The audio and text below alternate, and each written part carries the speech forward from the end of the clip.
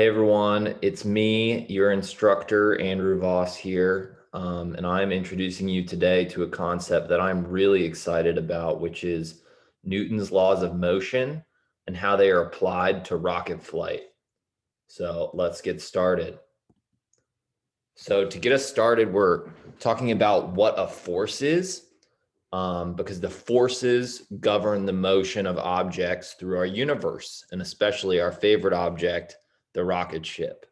So a force is a push or pull on an object due to its interaction with another object. And the reason that's important is that by using Isaac Newton's second law, we can use the forces, the mass of the object, and the acceleration of the object to calculate the variables that we don't know in that equation and solve for various problems in rocket flight. So that second law in the box states that the sum of the forces on an object are equal to the mass of that object times the acceleration of that object. So if you know all the forces and the acceleration, you can calculate the mass. If you know the mass and the acceleration, you can calculate what the net force on the object is, but maybe not all of the individual forces. And if you know the sum of the forces and the mass, you can calculate the acceleration.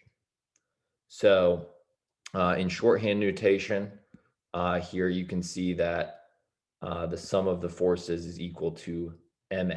F equals ma. That is Newton's second law.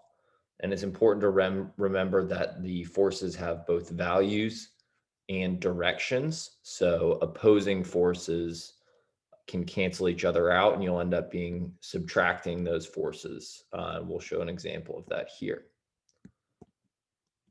So here we've got the Falcon 9 rocket coming down to land, and this is a negative force from weight, which is accelerating it in the downward direction due to the sum of the forces being in that direction.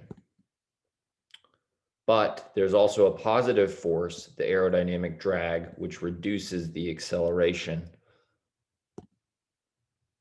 So you see here in the equation that the sum of the forces is equal to the drag minus the weight.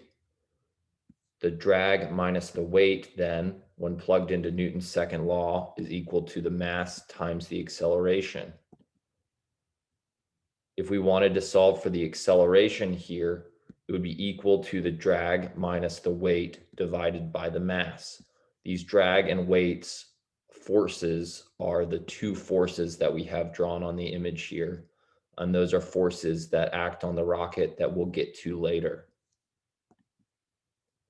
So here, if you didn't see, we added a new force to the rocket, the thrust, which hopefully many are familiar with. It's the hot fire that comes from the engines.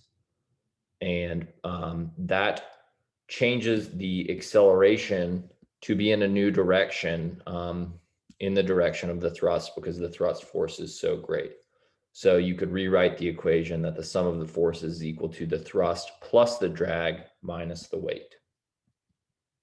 So here I'm going to show an example about how balanced forces do not cause movement and unbalanced forces do cause movement.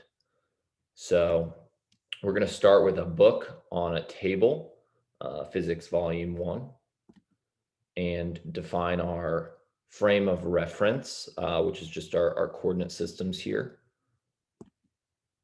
And we are going to draw out the force on the book, which is the weight of the book, which is from gravity.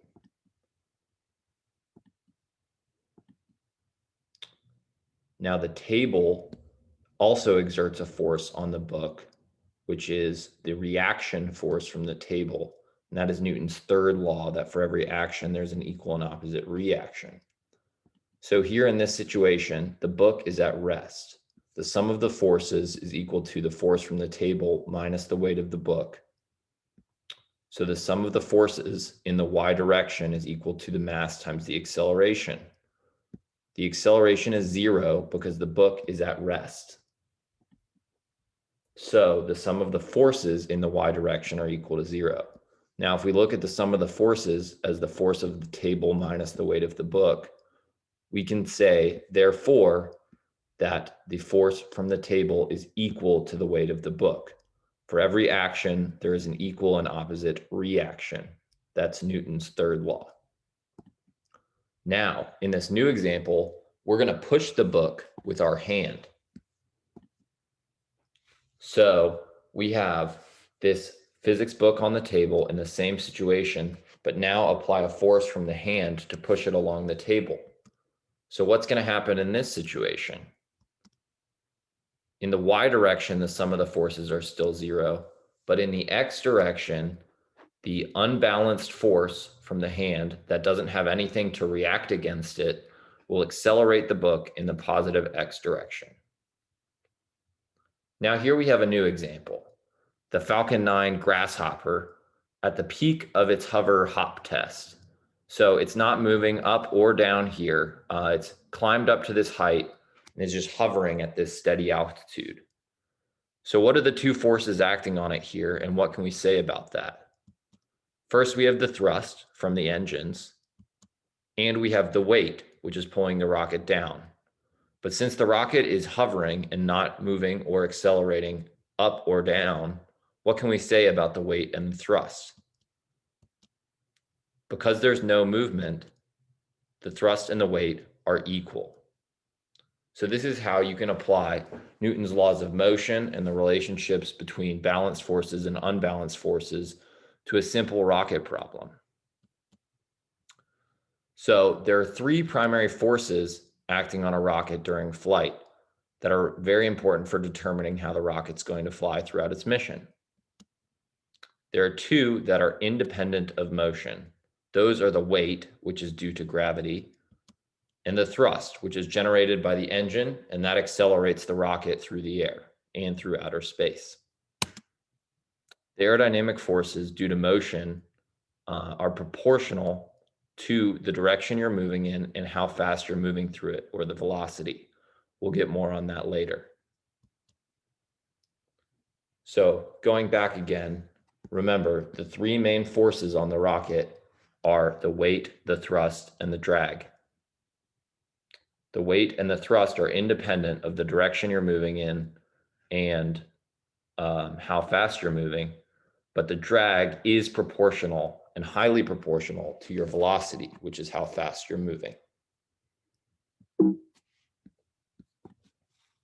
So I'll leave you here with some concept questions, some things to challenge you and to chew on as we move into our next section. Falcon 9 weighs 1.2 million pounds at liftoff. How much do you think that the total thrust is at liftoff?